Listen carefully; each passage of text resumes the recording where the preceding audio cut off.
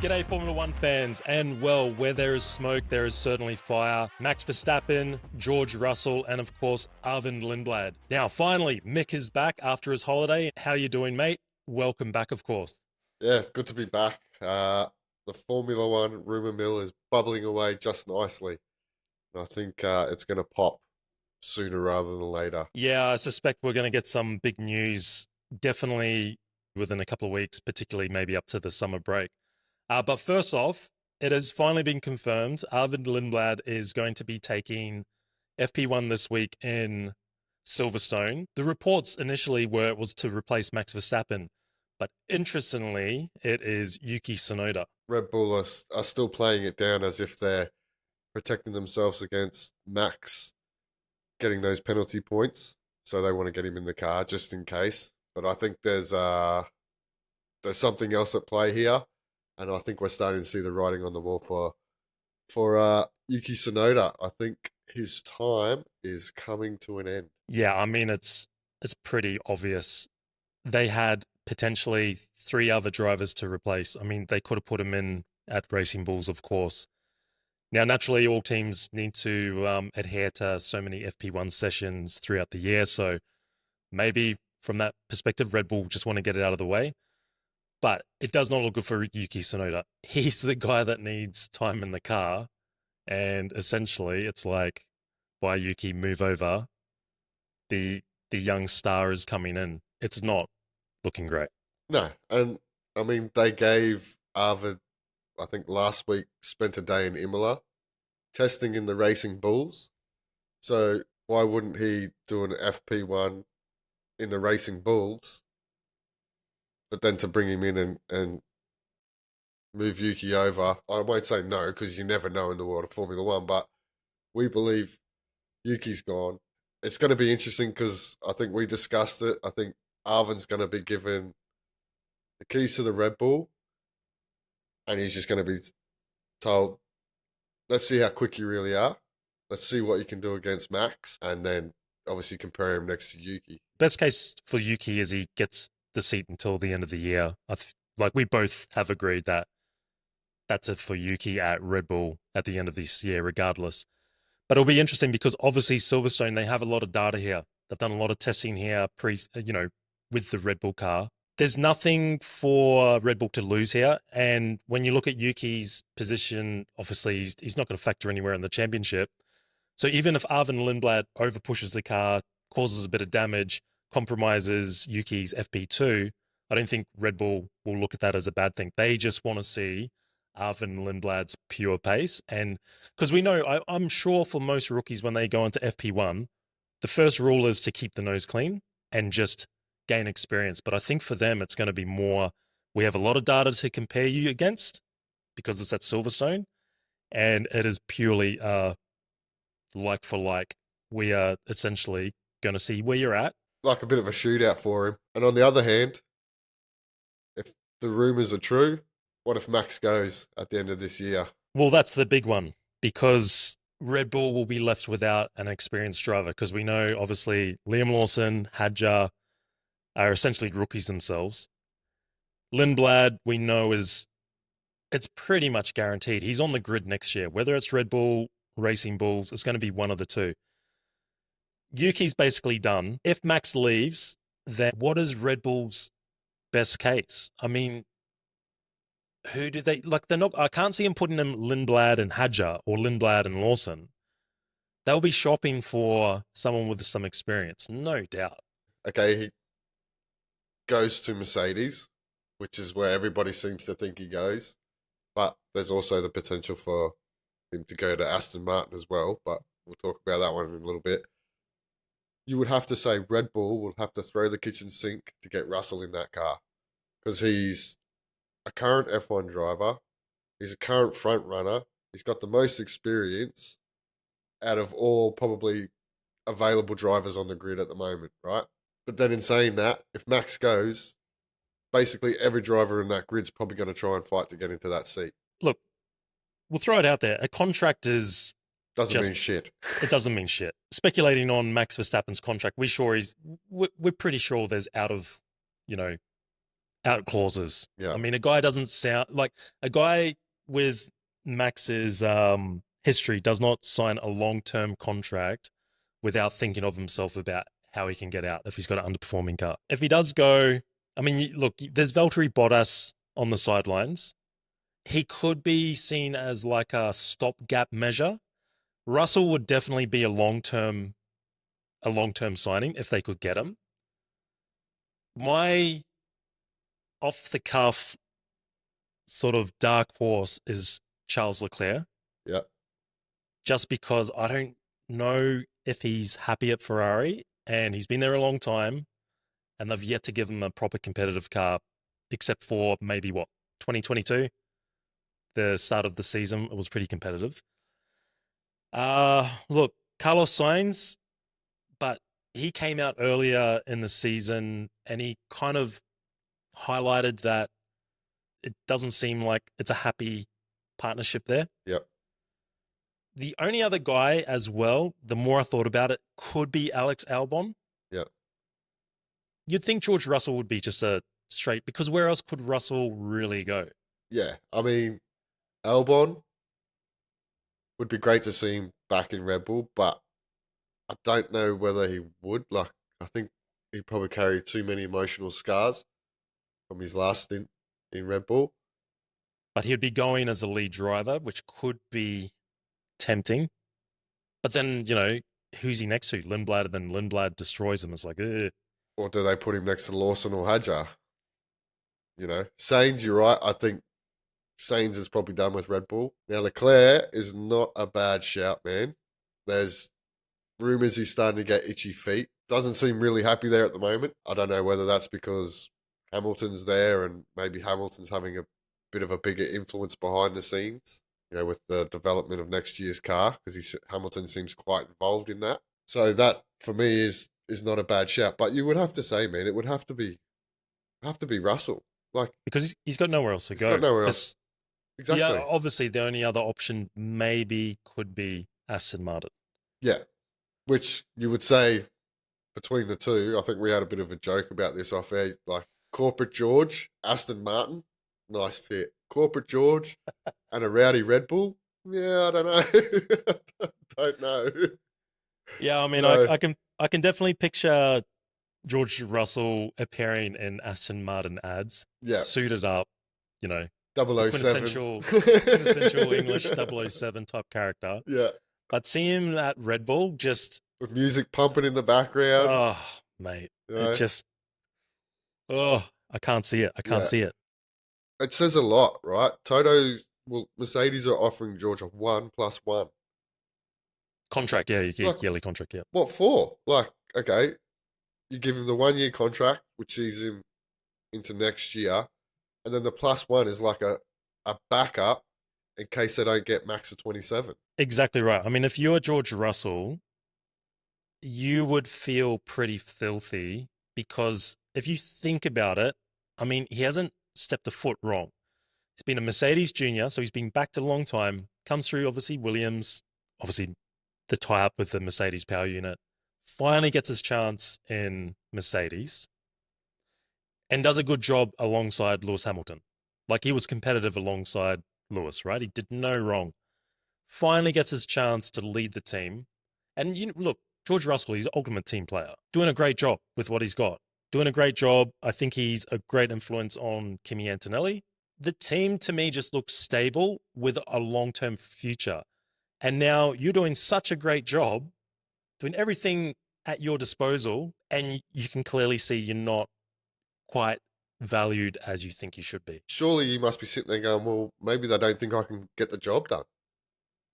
Because if your boss comes out and says you're doing a great job, but here's a 1 year contract with an option for 2027, which is clearly a just in case we can't get Max, which it's obvious. And there's reports Russell's been starting to talk to other teams, which is fair enough. Like, every good driver manager should be talking to everybody in the paddock. I just feel like George is the one that's got the most to lose out of everybody. Now, hang on. Something just popped into my mind here. This could be a little wild, but within the realms of possibility. because it also includes a certain character, Flavio Briatore, who is getting Mercedes power units next year. Well, Alpine. Okay. What if George Russell stays at Mercedes? Ooh, I see where you're going Max with this. Verstappen goes to Mercedes.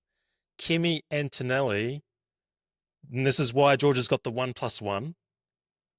Kimi is essentially, here, Flavio, here's a sweetener to the deal, but we want Kimi Antonelli to continue his junior career with Yeah. Alpine, and then we will like to have him back within 2 to 3 years.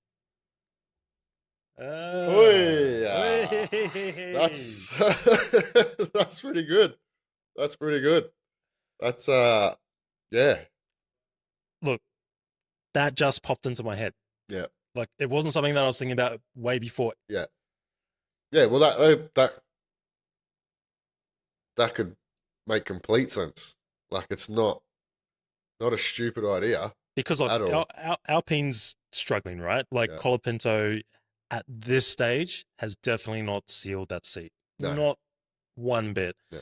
Gasly, you could probably still say, look, he's class, but he does need to make sure the second half of the season is solid. Yeah. I know it's a bit of a shitter car at the moment, but I don't know. I'm starting to like that theory a lot. Yeah, no, it's a good theory. Like it's not a bad one, that is for sure.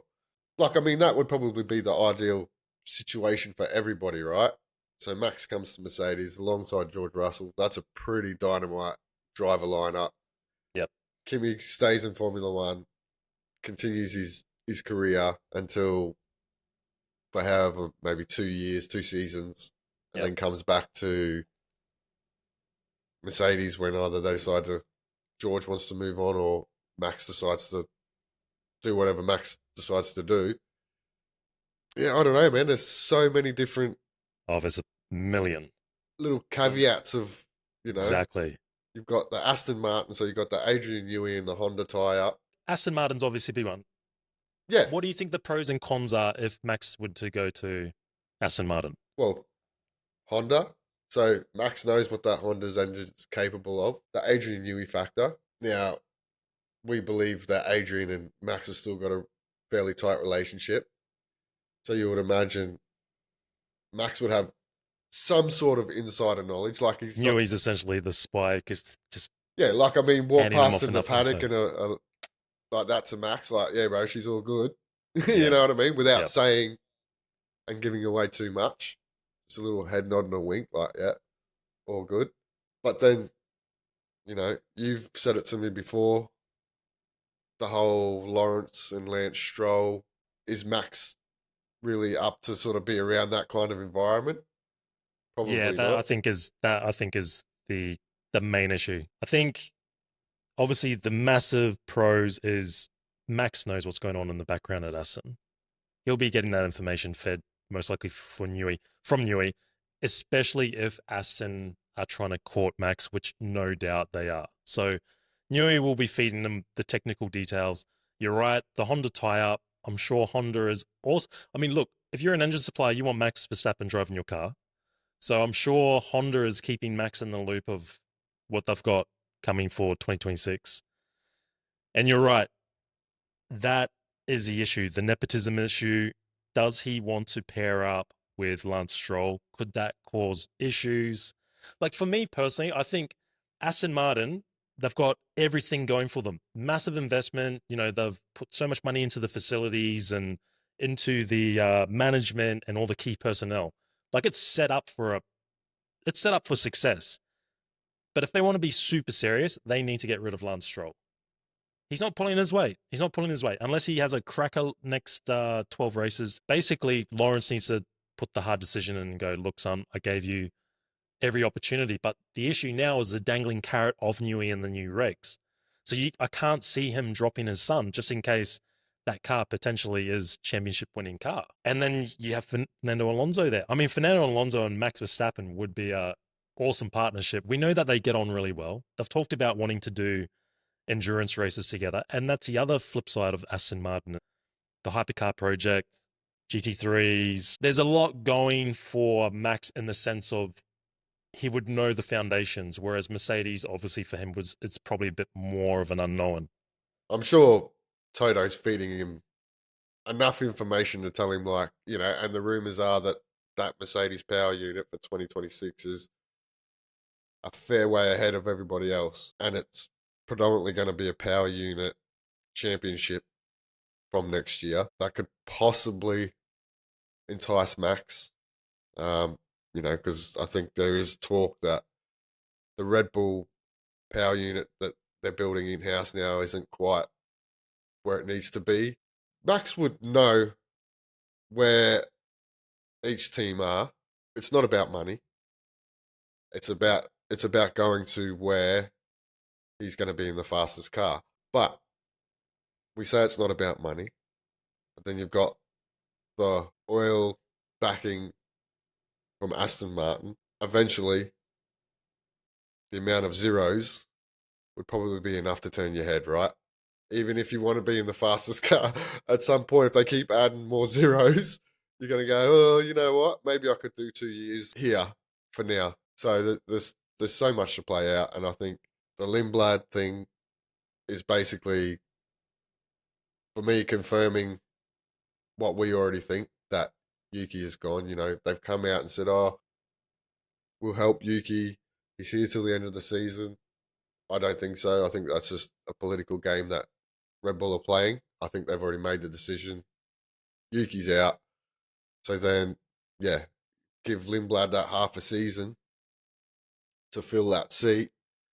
And then it's just a matter of where all the other pieces fall around. But at the same time, Red Bull are going to be shitting themselves, man. Because you think about it, possibly have a rookie in one seat, then, okay, Russell, Sainz, Albon, whoever, Lawson, Hadjar in that other seat. That's your 2026 is gone, right?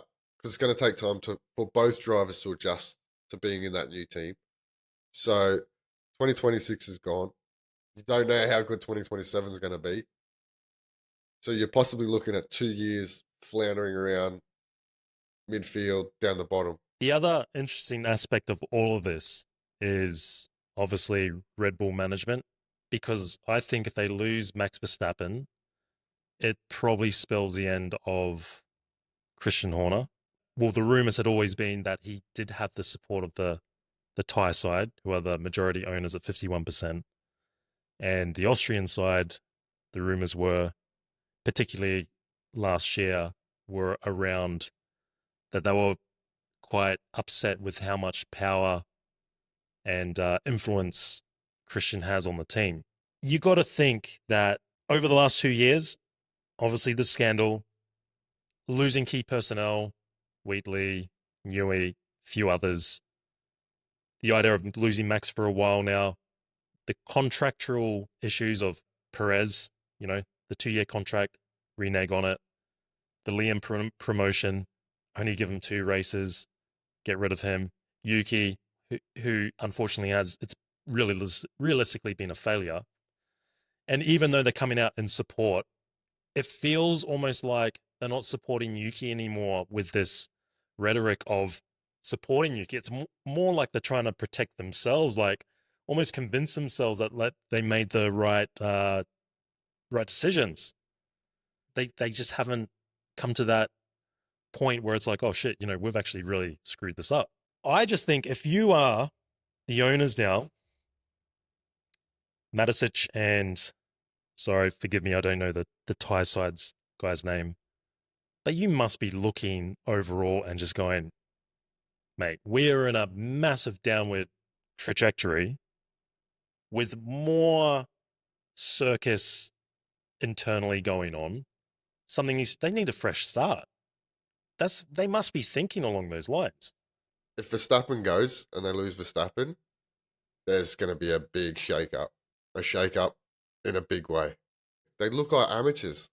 And, that could be another contributing factor to Max want to get out. He's been wanting the car fixed for a long time now.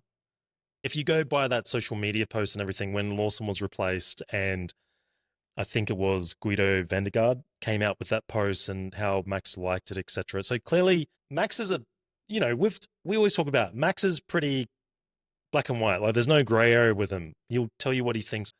He's the type of guy that just wants stability. He's like, guys, we're a racing team, stability, blah blah blah. Blah. Like I reckon he has absolutely had a gutful of it all, and it's clear because now, yes, he has a contract to what 27, 28. Well, it's pretty clear he's pretty fed up with the whole organization. Just the fact that he's supposedly in talks with other teams. Like we know Max has got a fair bit of power at Red Bull, him and Yoss, right? Yeah. So the fact that they're supposedly talking to these other teams is only going to give him more leverage to maybe possibly negotiate his current contract, like renegotiate it and make it more in his favor. So if he decides, all right, I'll stick around for 2026, see what happens in the new regulation era, and if it's shit, I'm out. Like, no performance clauses, no nothing. Yeah. Like, they're smart, man. They'll work it in their favor. So if he wants to go, he can go. Nervous times for Red Bull, man. I don't think they've found their bottom yet. They're No, heading there. they're heading there, and they're heading there They're quickly. definitely heading there, and they've been heading there for a while. Max leaves. It's definitely the next phase. Look, I just think the next phase for Red Bull if Max leaves is it becomes a rebuilding phase. Well, yeah. And I think it will start from the top, from Yeah. management. Yeah. And I think that'll be Horner's last hurrah at Red Bull. Yeah, I think the owners will be onto that and just know that look, there's three pretty decent drivers there, particularly like Lindblad, obviously massive reps on him. Yeah. Hajar's doing a great job, and I think Liam's starting to come into his own, all under the age of 23. And Yeah. obviously Lindblad, what is he, 17, 18? Yeah. So the future is bright, but they're going to need someone like, if it is Russell, to come in. Because if Mercedes go down that route, like I just said, Russell and Verstappen, and then move Kimi for a couple of seasons off that Alpine, mate, Red Bull are in a hole. Like the only person I can see off contract is Valtteri Bottas. Yeah. Yeah. And there's no one else on the grid. Like everyone's pretty much locked in. Obviously, despite saying that, contracts, grain of salt.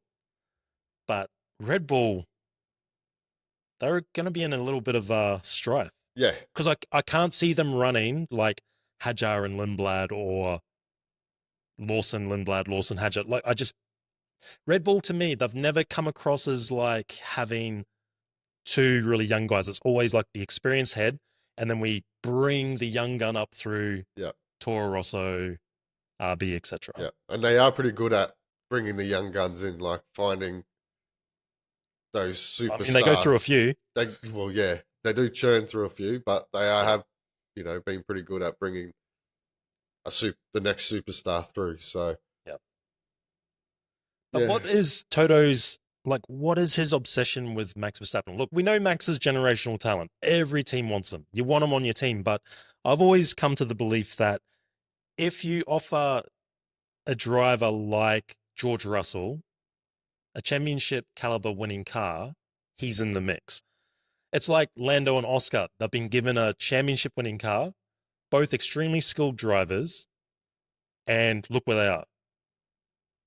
You could probably say the same for someone like Pierre Gasly, Carlos, like there's many drivers on the grid with experience and proven race winners, can perform under pressure, give them the car and they're in the mix.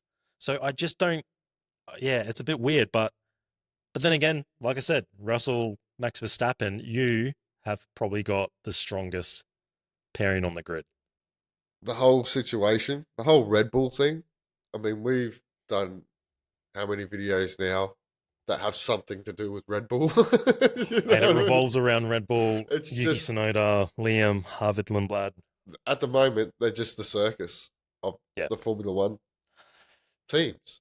And it's But as much look, we complain about it, but we all love it. Yeah, of course. And that Netflix producer Drives to Survive. Oh, it's frothing. He's sitting over there and he's just going, "We want every single episode revolving around Red Bull." Yeah, yeah. I mean, they'd be absolutely frothing it, but it's bubbling away nicely, and I think we're set for an eruption in a few weeks' time. Yeah, after Hungary 100%. in the summer break. In a week's time, Max Verstappen is going to be linked to Cadillac. Yeah. We're going. Every driver gets driver's linked to Cadillac. So So yeah. Well, I mean, that's an option for George too. yeah, You know, yeah, I can see George. I think he's the only one that hasn't been linked to Cadillac, so he probably is the driver that's going to sign the Cadillac. Well, maybe all of a sudden George moves from being this like white collar suit wearing quintessential Englishman sipping tea to cowboy hat, gets a ranch out in Texas, and there you go, completely changes his whole character. So Lives the American dream. yeah, Well, yeah, man. I guess we'll have to wait and see how this one plays out. So until then, make sure you hit the like and subscribe. We'll catch you in the next one. Laters. catch us all later.